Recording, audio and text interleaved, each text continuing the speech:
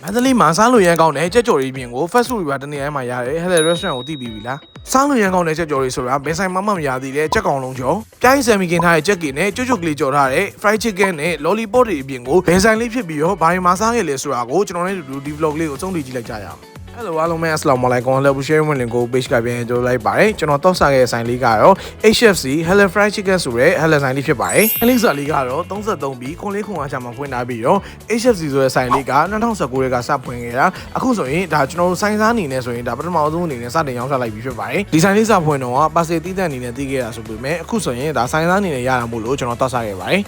ဒီဆိုင်မှာမုံပါမယ်ဆိုရင်တော့ပထမဆုံးကောင်တာကိုတွားပြီးတော့ကိုစားခြင်းတဲ့မီနူလေးကိုရွေးပြီးတော့မှအောင်ပါပဲဒီဆိုင်မှာကမီနူကတော့အဓိကအနေနဲ့ကြက်ကြော်အပြည့်ကိုကိုရီးယားစားစာရေးအပြင်အခုဆိုရင်1 portion တွေရောဟင်းပွဲတွေရောအများကြီးရပါတယ်ဒီအနေနဲ့လည်းပြောရည်ဆိုတိုင်း juice တွေရှိရဲ့အပြင်ကိုစားခြင်းတိုင်းအများကြီးမှာပြီးတော့ KB နဲ့ရှင်းခဲ့ပါတယ်နောက်ပြီးတော့သူတို့ table number လေးပေးပြီးတော့ကျွန်တော်စားခြင်းတဲ့မုံလေးတွေကိုသူတို့ grand လာချပေးပါတယ်ဒီဆိုင်ရဲ့ team လေးကတော့သူတို့ချက်ကြော်ဆိုင်ရဲ့ logo အတိုင်းပဲပေါ့နော်အဖြူနဲ့နီလေးကိုအဓိကထားပြီးတော့ခုလိုမျိုးအဲကွန်ကန်နဲ့မှာအေးအေးဆေးဆေးနဲ့ကိုမှ Hello ချက်ကြော်ကောင်းကောင်းစားခြင်းတဲ့သူတွေအတွက်ကတော့ဒီဆိုင်လေးကိုတောက်စားကြည့်ဖို့ကျွန်တော် recommend လုပ်လိုက်ပါတယ်ဆိုင်နေရာချေဝန်းနဲ့ကိုမှအေးဆေးထိုင်စားလို့ရပြီးတော့ menu လဲစုံတာမို့လို့ကျွန်တော်တော်တော်လေးသဘောကျပါတယ်ကျွန်တော်အဲ့ဒီကတော့စားခြင်းတဲ့ menu တွေကိုအများကြီးမှာပြီးတော့တော်ဝါကြီးစားခဲ့ပါတယ်ဆိုင်မုံမွန်းထိမ့်မှတ်နေနဲ့အခုဒီဗီဒီယိုလေးကို TikTok မှာ like and repost လုပ်ရုံနဲ့3000မို့တက်ဆိုရင် 5% discount ကိုဒီလကုန်ဒီပေးနေမှာမို့လို့ဗီဒီယိုလေးကို like and repost လုပ်ဖို့မမေ့နဲ့နော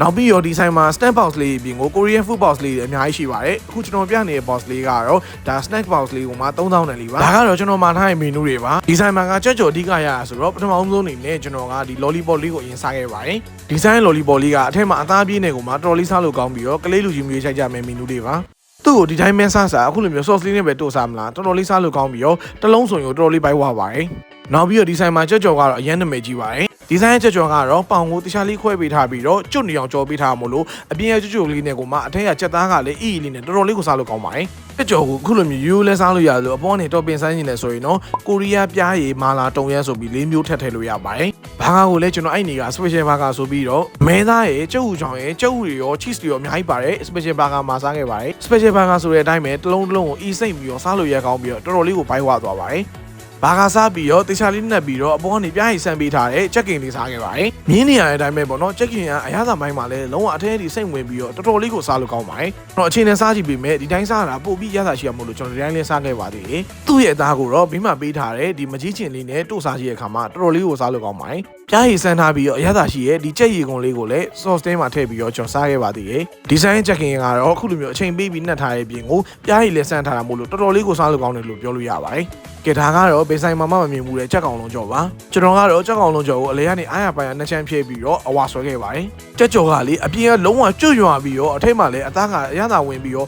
တော်တော်လေးကိုစားလို့ကောင်းတာပါဒီဆိုင်လေးက2019ကရောင်းလာဆိုတော့အရသာပဲမှာပြောစရာမလိုပဲနဲ့ customer တော်တော်များတည်ပြီးသားဖြစ်မှာပါဒီကြက်ကောင်လုံးကြော်ကတော့ကြက်ကြော်ကြိုက်တဲ့သူဆိုရင်တော့3ယောက်4ယောက်လောက်တော့ဝါစားလို့ရပါတယ်ဒါကတော့ကျွန်တော်မှာထားတဲ့မိုင်းလိုတိုင်းတော့စောလေးပါကျွန်တော်ကြက်ကြော်ရေးစားရင်းနေပေါ့နော်ပြောရနည်းနည်းလေးအောင်အရေးပြောသွားတယ်ဘယ်ဆိုင်ရောက်ထမင်းကြော်လေးစားလိုက်ရမှာဆိုတဲ့သူတွေအတွက်အမေရိကန်ထမင်းကြော်လေးမှာစားကြည့်ခဲ့ပါတယ်။ရသာကလုံးဝကွက်တီပဲကိုမှတီယိုစီရင်းနဲ့ပေါ့နော်တခြားလေးကြော်ပေးထားပြီးတော့ဘေးမှာကြက်ကြော်ရဲ့ကြက်ဥချောင်းရဲ့ကြက်ဥရဲ့ပါပါတယ်။ထမင်းကြော်လေးစားပြီးတော့ကျွန်တော်ကိုရီးယားစားစာလေးစားခြင်းလို့ထပ်မှာလိုက်ပါသေးတယ်။ဒီဆိုင်မှာဆိုရင်တော့ကိုရီးယားစားစာတွေက2019ကရောက်လာဖြစ်ပြီးတော့ customer တော်များလေးတည်ပြီးသားဖြစ်မှာပါ။ကျွန်တော်အဲ့ဒီကတော့ chicken wing ရဲ့ tteokbokki ရဲ့ fish cake ရဲ့အပြင်ကို AEB blue hawaii ဆိုတာလေးထဲမှာတောက်ခဲ့ပါတယ်။အေးလေးနဲ့ကိုမှအရသာကလည်းဆိုတော့ fresh baby တော်တော်လေးတောက်လို့ကောင်းပါတယ်။ပူပူလေးနဲ့မှစားလို့ရကောင်းတဲ့ fish cake ကိုအရင်စားကြည့်လိုက်ပါတယ်။အရသာကတော့စားလို့ရကောင်းပြီးတော့ဟင်းရည်လည်းတော်တော်လေးတောက်လို့ကောင်းပါတယ်။ tteokbokki ကို spicy ကိုမှကျွန်တော် cheese လေးနဲ့မှာကြည့်ပါတယ်။ tteokbokki ကစားလို့ကောင်းပေမဲ့ကျွန်တော် cheese နဲ့မှာထားတာမှတော်တော်လေးဆက်ပါတယ်။တကယ်လို့ကိုကအဆက်မစားနိုင်ဘူးဆိုရင်တော့အချိုမာစားကြည့်ဖို့ recommend လုပ်လိုက်ပါတယ်။ကဲနောက်ဆုံးအနေနဲ့ဆိုရင်တော့ Korea chicken wing လေးစားခဲ့ပါတယ်။အရသာကိုပြောမယ်ဆိုရင်တော့အပြင် sauce နဲ့ပေးထားပြီးတော့အတွင်းမှာလည်းအရသာဝင်ပြီးစားလို့ရကောင်းပါတယ်။ကဲဒါဆိုရင်မန္တလေးမှာချက်ကြော်ကောင်းကောင်းစားခြင်းတဲ့ food တွေအပြင်ကို